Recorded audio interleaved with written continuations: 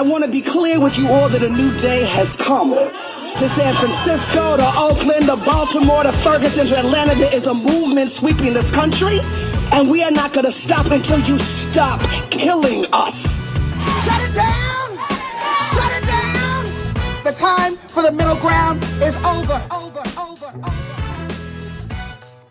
And I'm reading this morning stats about Gaza almost entirely from reporting found in Al Jazeera. It has been 779 days since October 7th, 2023, and in that time, the Palestinian people have endured over 2 years of constant bombardment, estimated to equal roughly 6 times the explosive force of the atomic bomb dropped on Hiroshima in 1945, concentrated on an area less than half the size of the Japanese city. All hospitals and universities have been bombed, most homes and schools destroyed, and vital infrastructure such as the sewage system and electricity lines have been damaged beyond repair. An estimated 50 million tons of rubble is strewn across the Strip, and under it lie at least 10,000 bodies of murdered Palestinians who are yet to be recovered. According to Gaza's government media office, Israel has violated the so-called ceasefire of Trump's 20-point so-called peace plan nearly 500 times in 44 days, murdering 342 civilians. The deadliest day so far was October 29th, when the Israeli occupation forces murdered 109 Palestinians, including 52 children. More recently, on Thursday, 32 Palestinians were murdered, including an entire family in the Zetouan neighborhood of Gaza City, when a bomb was dropped in a building they were sheltering in. The starvation continues along with the bombing. 600 trucks of aid were supposed to be allowed in each day, but the IOF has permitted only 150 trucks a day to cross into the Strip, despite aid agencies saying they have enough food ready to go to feed the people of Gaza for months. They are also preventing the entry of nutritious food, including meat, dairy, and vegetables, as well as much-needed medicine, tents, and other materials for shelter. They are doing this in the dead or the beginning of severe weather conditions, winter in Gaza, which we will repeatedly remind people about over the next couple of months, as I imagine we will continue to have this conversation. To discuss this, as well as the latest on Lebanon, is Khury Petersen-Smith, Ratner Middle East Fellow at the Institute for Policy Studies, where he researches U.S. empire, borders, and migration. Good morning, Khury. Morning, Kat. I prepare to talk to you, and in real spit, I'm like, what new can I ask? Right. Well, I want to start by saying the context that you just gave for this horror, that is how you introduce the question of Gaza. You know, that's the context that all journalists should be offering. And instead, what we're hearing each day of Israeli violation of this so-called ceasefire, which is every day, each day it's covered as though it's a new thing, you know, a new kind of occurrence, or that the only context is that there is what they call a shaky ceasefire, as opposed to a ceasefire that Israel has violated 500 times. You know, it inevitably reminds me not to stray far from the subject of Gaza and Palestine, but when the police kill a black person, you know, the media covers it as though it's like a new thing, devoid of context of all the other black folks that police have killed, or the decades, dare I say centuries of black folks being killed by authorities. So I just want to appreciate the context that you're offering. And that said, you know, on one hand, yes, this feels all very familiar. You know, this feels like, and without accepting the kind of mundaneness of Israeli violence against Palestinians, it feels like another day in a string of violent days of Israeli colonization and Israeli violence. And what I've been sitting with and what I want to talk about is how actually we are, and really the people of Gaza are first, but then all of us, entering a new phase here. What they are doing is not just killing more Palestinians as they've been doing, but they are using this particular set of violence that they're carrying out right now to further destabilize the rights that Palestinians have claim to, and to make the whole world a more dangerous place. You know, when you redefine what ceasefire means again and again in Gaza, but as you said, in Lebanon, where for over a year after the signing of a so-called ceasefire, Israel has violated it. What they are doing is redefining the term ceasefire. And how they arrived at these so-called at the ceasefire, it was, a ceasefire is supposed to be an agreement between two parties that are armed. We'll ignore for 1 second the wild power imbalance, of an occupying, colonizing power and a people facing colonization. Two armed forces enter an agreement to stop fighting. That's what a ceasefire is supposed to be. This was not that. This was the White House coming up with a deal, consulting their Israeli friends, and then imposing it on Palestinians. So, the whole idea of what an agreement is even supposed to be, the idea of what a ceasefire is supposed to be, the U.S. and Israel are redefining, and that is extremely dangerous. And so I know that this, for us, from this distance, there's a kind of fatigue of watching and witnessing, the horror in Gaza every day. And that's real. And I think we have to pay attention to what they are doing right now, because they are trying to open a new era of violence. And I just want to say before I continue my line of questioning or conversation with you, it's not that there's ever a thought to stop having Palestine Post. Like if I have to get on here and repeat the same thing over and over again and have the same conversation with you for another 5, that's what we're going to do, right? Yeah. We're never going to stop sounding the alarm bells.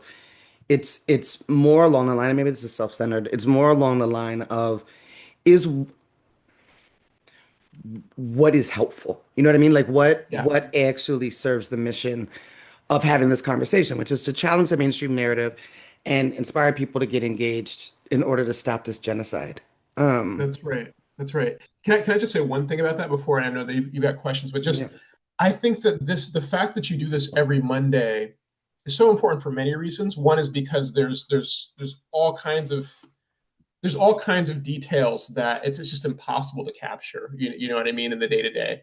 But the other thing is that having this constant thing, this constant conversation, this ongoing conversation, I think it allows us to know, again, what Israel and the U.S. want us to feel like is this is just another day of violence in Palestine.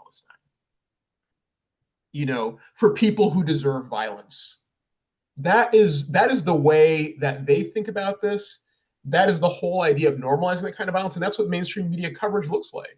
Another sad day in Palestine. And the truth is, this violence doesn't stand still. It's not the same every day. It keeps moving. They are trying to innovate new ways of colonizing Palestine as a pilot, by the way, for colonizing lots of people.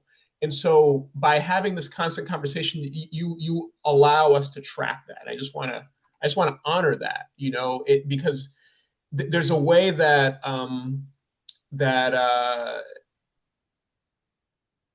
mainstream coverage pays attention to what they would see as sort of exceptionally violent days. And by having this constant conversation, we're acknowledging that it is constant violence, but it is violence that doesn't stand still. I promise when I get my line of question, you said, but the narrative of Western powers, right? These are people that deserve violence, and it just hit me that we're coming up on the 1 year. You may remember me telling you about the explosive fight I had with my family member over Palestine in this small family-owned Mexican restaurant at my father's birthday party, where you would think I'd never talked about Palestine. Like I didn't have a fact, I didn't have a figure, I didn't have anything. I just started screaming because she said the reason why I write, because she said those people like violence, and I mean this is a black woman, and I just screaming F Zionist at the top of my, like, how not to have the conversation about Palestine. I was like, oh wow, that was almost in 6 days. That will be a year ago, and here we are again. you mentioned something that makes me want to sort of skip around, right? So the United, and that is like who designed this peace plan? And for me, then I think about what the consequences are for Palestinians in terms of narrative and protection should they violate the peace plan. So the United Nations should, right, in the minds of Western power. The Yeah. United Nations Security Council on November 17th voted in favor of the plan. They welcomed it with open arms. There was all of this hoopla around how wonderful this is and how great it's going to be for the region.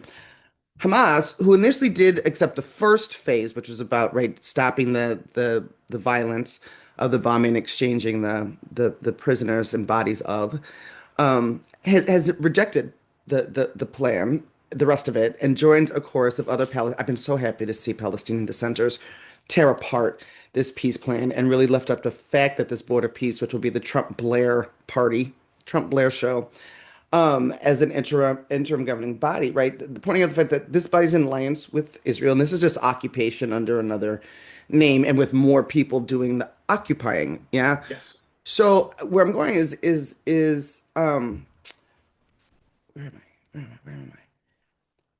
I? All of these bodies, Curry, we've had this conversation. They're like every single one of them is a joke. It's all performance. United Nations, everybody.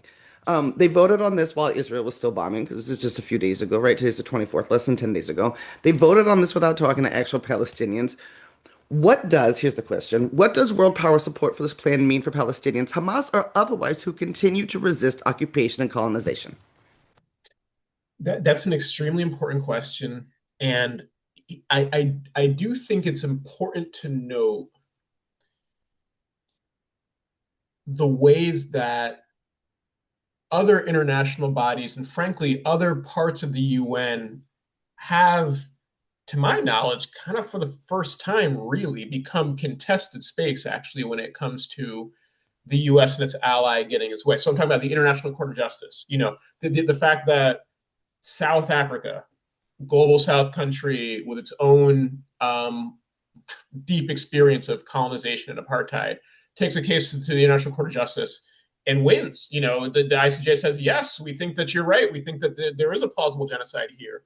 The UN General Assembly obviously continues to be a space where it's not just, for many decades, the General Assembly has these lopsided votes where it's more or less the whole world, and then the United States and Israel and a few allies. And what's new and different or whatever is that now a few of those U.S. allies even are like, yeah, we can't face our own people in right. The U.K., even as we are repressing them, in Germany, elsewhere in Europe. We can't do this vote because we will pay for it back home, right? And so I think I only raise that as context because I think that points to why this UN Security Council vote, which is one of the most undemocratic spaces of the UN, right? It's not the General Assembly, right? It's not even the International Court of Justice, which has representation from rotating representation from other countries, right? This has permanent members of the Security Council, obviously the US among them. I think that in a lot of ways, the purpose of this vote is to set back those efforts, because what those efforts were doing, yes, in the Court of Justice, yes, in the UN General Assembly, but really in the streets of the world. You know what I mean? Like it was on the ports of the world. It was through general strikes in Italy. It was through the flotillas, et cetera, et cetera. And these UN bodies were just one context for registering that. But the world was isolating Israel and increasingly isolating the United States. And that's why this UN Security Council vote is really, it's a win for them. I'm sorry to say it. It's a win for them. It is targeting that isolation. And it is significant that this vote passed the UN Security Council with nobody opposed. It was 13 in favor, 2 abstentions. And one of those in favor, I'm sorry to say, was Algeria, which again has its own deep history of colonization, right? So that was the purpose of this thing, was to offer legitimacy to this plan that, you, as you rightly pointed out, was absolutely a White House Trump, situation. They are trying to set back all of the important work that the movement has done to isolate Israel and thereby hold it accountable. All right, I'm clocking time, so I'm going to walk away from Palestine just for a minute, and if we have time, we're going to come back. Because we got to talk about Lebanon, Curry. We have to talk about another high-level assassination, in Lebanon over a leader of Hezbollah. I'm gonna let you say the brother's name because I don't want to get it wrong. But I'd like you to say his name and then talk about who he was and why this is. I mean, there's reasons. There's so many reasons. Right? There's a cease. There's a ceasefire. Yeah. Um, B, this is again an assassination by Israel in a country that's not theirs and they didn't get permission, right? There's an attack on the capital, and then C, so many of Hezbollah's leadership have been murdered by Israel. Right. Um, Go. Right. Well, let me just say, just by virtue of transition, I want to remind folks that until very recently, um, whenever whenever we would say that Israel needs to stop this genocide, there was a pro-Israel talking point that is, oh, if only Hamas returned the hostages, all this would stop. And the hostages have been returned, and Israel continues to bomb Gaza and kill literally hundreds of Palestinians since the so-called ceasefire. And Hezbollah has not attacked Israel. I mean, this so-called ceasefire has been in effect for almost a year, and there has not been a Hezbollah attack on territory claimed by Israel at all. And yet there have been, I mean, this is a and I will spare our listeners my attempt at the Arabic pronunciation of his last name, but his first name is Haytham. That's this Hezbollah leader. That is making news because, again, it is significant, and it is considered kind of exceptional because of an attack in Beirut, in the capital. But Israel's been attacking southern Lebanon every single day, daily. They've been violating this ceasefire. Again, so-called ceasefire. And I want to, once the ceasefire went into effect, when I say ceasefire, you can't hear it because it's radio, but I'm saying it in quotes. Once they signed the ceasefire, agreed to the ceasefire, Lebanese came up with this phrase that is, ceasefire means cease for us and fire for Israel. So when I say that they're redefining ceasefire, the Lebanese got it right away. That's what it looks like. It's a one-sided ceasefire. And I just think, again, the significance of this is Israel's justifying all of its violence rhetorically by saying, well, we're defending ourselves from hostility. There has been no hostility at all from Hezbollah or other forces, from what I can tell, across the border. And yet, not only does Israel violate the ceasefire, but they're escalating it by bombing in Beirut. So, the Israeli conversation is that Israel's basically gunning for another opportunity to launch more attacks of the devastating kind that we saw in Lebanon. And we should know, just in terms of Israeli politics and Israeli society, while the question of the genocide in Gaza became controversial, not for the reasons that it's controversial here, and that is the enormous loss of Palestinian life, but for other reasons, attacking Lebanon is not controversial in Israel. Attacking Iran is not controversial in Israel. Attacking Syria is not controversial in Israel. Bombing Yemen is not. So you have an Israeli political establishment and an Israeli society that is fine with attacking Lebanon and all these other countries. So it's extremely dangerous, and it just points to the importance, again, of us demanding an arms embargo to stop Israel, because they will not stop until we stop them. Hurry, remember me and remind my audience about U.S. interest in Lebanon and why perhaps Israel's nonstop bombardment of Israel, despite a so-called ceasefire, might be serving those interests. Hence our silence, other than the occasional, you know, spewing of Trump about the evils of Hezbollah. Other than that, and the evils of, yeah, and then we don't hear nothing. Right. And Lebanon, it must be said that you know, Lebanon has been sought after by regional and world powers for centuries, actually. The nature of its terrain, it's mountainous, in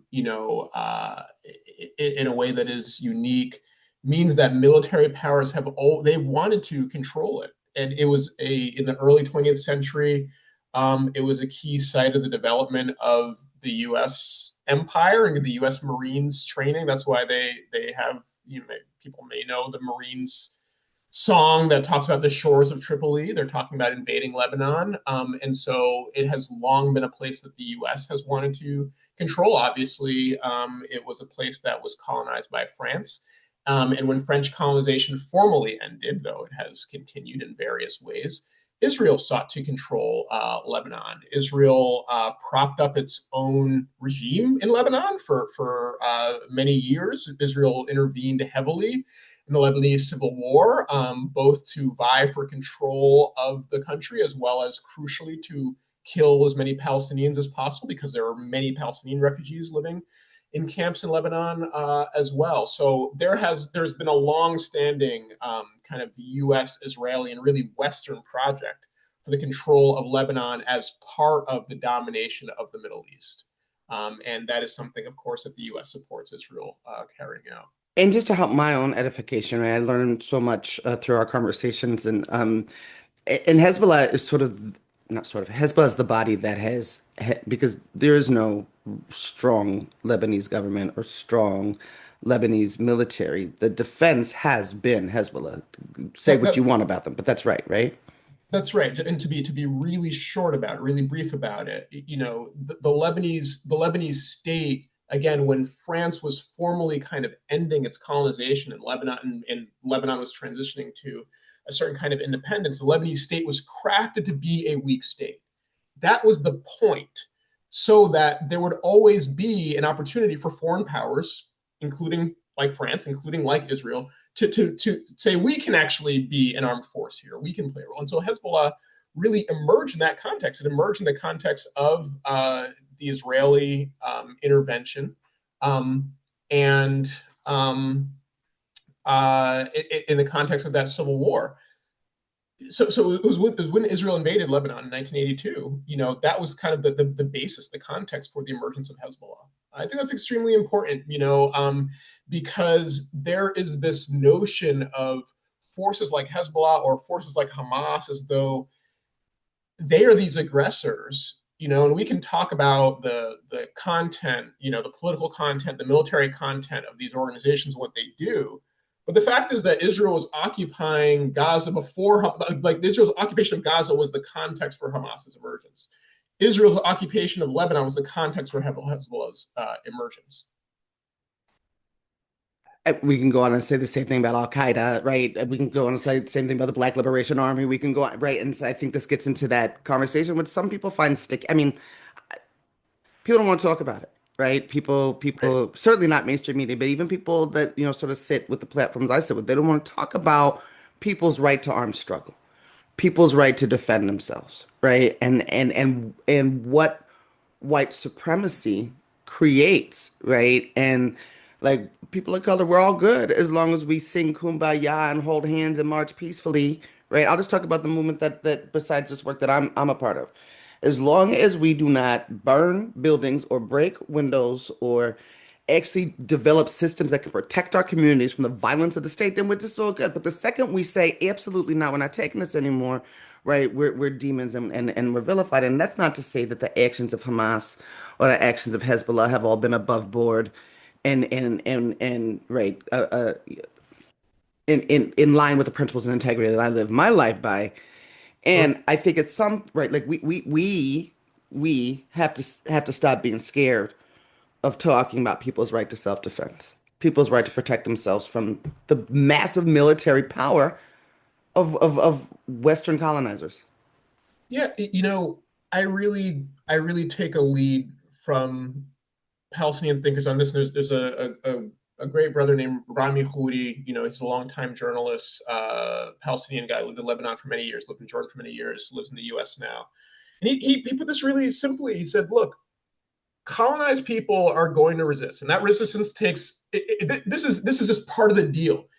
It takes political forms, it takes cultural forms, and if the colonization is military, then it will take military forms.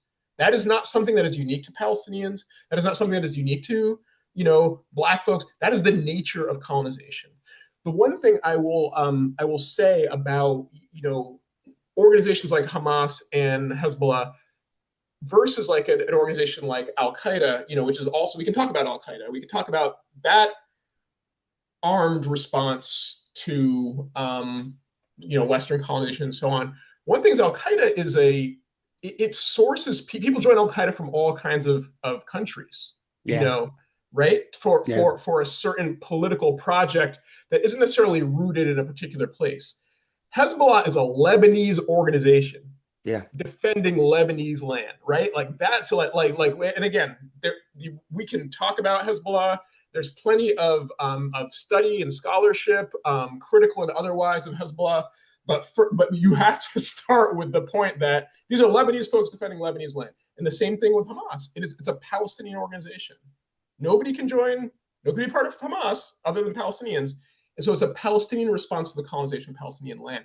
And again, that kind of thing is lost, I think, in the US conversation, because there's this idea that these are just sort of violent forces existed, that are not rooted in a context, but they're rooted in the context of their land. Well, it's right. The response of the United States is rooted in the context of "how dare you," which is the common refrain when any group of color or marginalized body dares to resist. The response is "how dare you." All right, Khury, if I disappear in the next week, you know what I am there.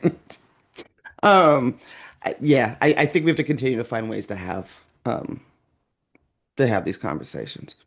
Yeah, especially because this is a different. I'll just say this is a different conversation elsewhere in the world. I just want to note that. Say more.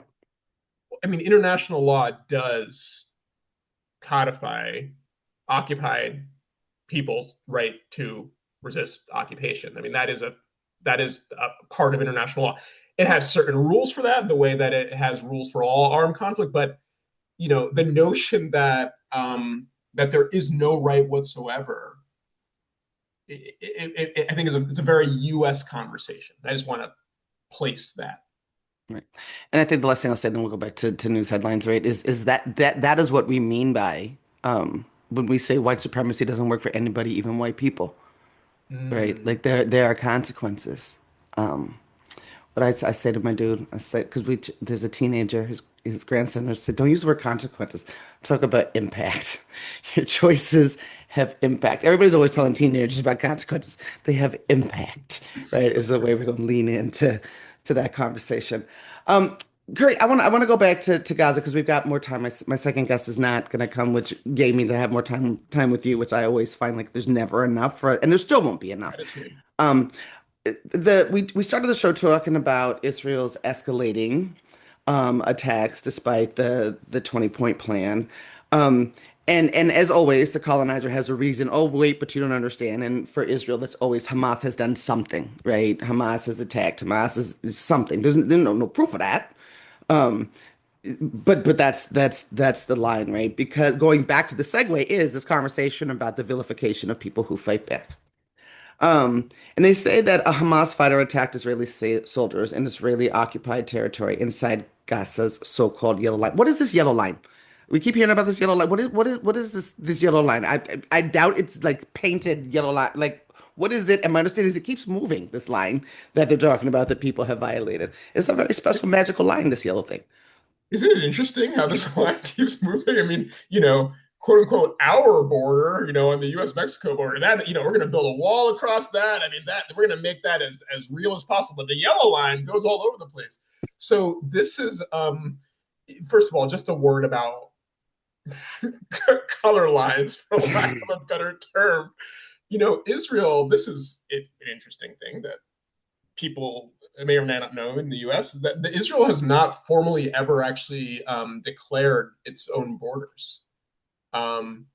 It's never said these are our borders that we agree to. So that's kind of interesting.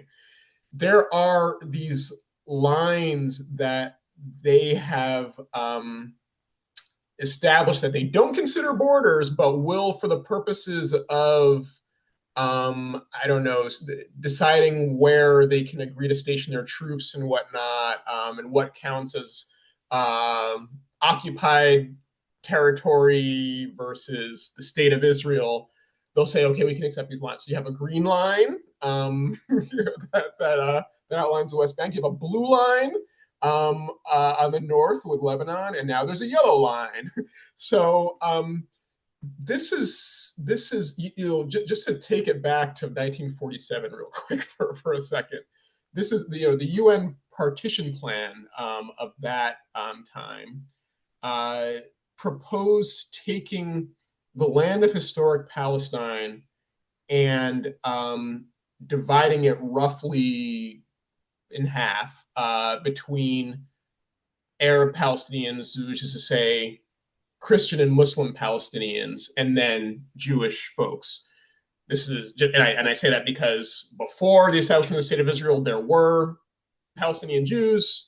Those people were forcibly separated, actually, and sort of incorporated in the State of Israel and ripped from their Muslim and Christian neighbors. But the idea, but people who are now considered Palestinians, vastly outnumbered.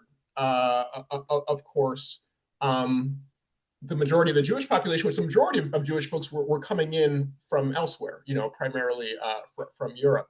And so this partition plan was about, without any Palestinian representation, sound familiar, to trying to divide the land in half, Palestinian land, and also, say, oh, this is fair, we're giving you half, but, not only were there no Palestinians involved, but there's more Palestinians than there were Jewish folks also, right?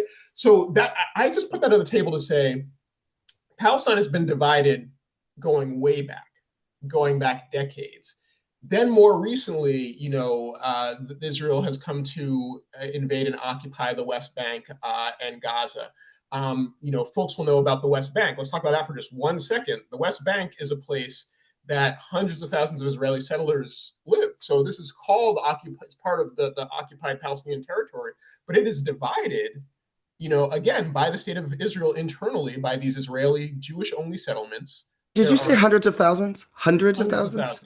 Hundreds of thousands. Isn't it like this big? It's very small. Absolutely. Yes. Okay. Sorry, go ahead. There are roads that only Jewish folks were allowed to drive on. I mean, that this is all about slicing up, Palestinian territory. And so then we look at Gaza, which is even smaller than the West Bank.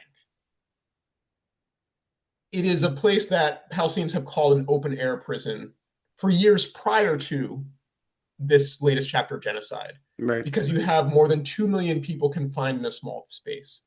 Right. And then, as part of this 20-point so-called peace plan, they're dividing that land again. And that is the yellow line. That is Israel saying, we're going to actually, in an indefinite way, station our troops in this part of Gaza, actually.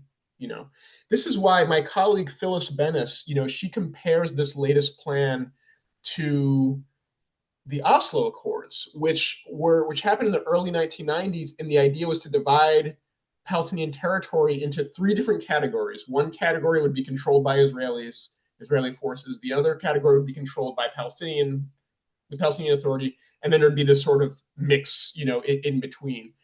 But the point here being, you're taking a tiny part of land, a small portion, a fraction of what Palestinians originally lived in historic Palestine, and then dividing it further. And now they're doing it again in Gaza. So that is the purpose of the yellow line. It is about stealing and occupying more Palestinian land, and then justifying more violence by saying, "Oh, you crossed the yellow line, and now we have the right to carry out airstrikes and kill 23 people including children. including children, which has nothing to do with, the supposed attack, which you can't prove, because what, by the way, they continue to deny journalists and aid workers the right to even access Gaza. So we can't even independently verify Israeli claims, right? But this is about stealing more land and justifying more violence. That's the yellow line. Let's talk about the West Bank for a little bit. Human Rights Watch has released a new report and said that the attacks that happened with the launch of Operation Iron Wall in late January amount to war crimes. They say that 32,000 Palestinians were expelled by Israeli forces from 3 camps in January and February. These folks have not been allowed to return home. We know that that was followed up by then Israel declaring certain neighborhoods military training zones and displacing even more people. And then we've got that exacerbated by ongoing and escalating attacks by, as you pointed out, there's hundreds of thousands of them. In my head, there were just thousands of them, maybe tens of thousands of settlers, that there was just an attack on olive harvesting, right? Children, some of them U.S. citizens have been murdered. Like it is, and how convenient for Israel that so much of our attention has been diverted to Gaza. That's right. I mean, we should remember, we can think back to before October 2023. Actually, the main news out of Palestine was the escalation in the West Bank. Mm-hmm. This is before, the all-out genocidal assault on Gaza.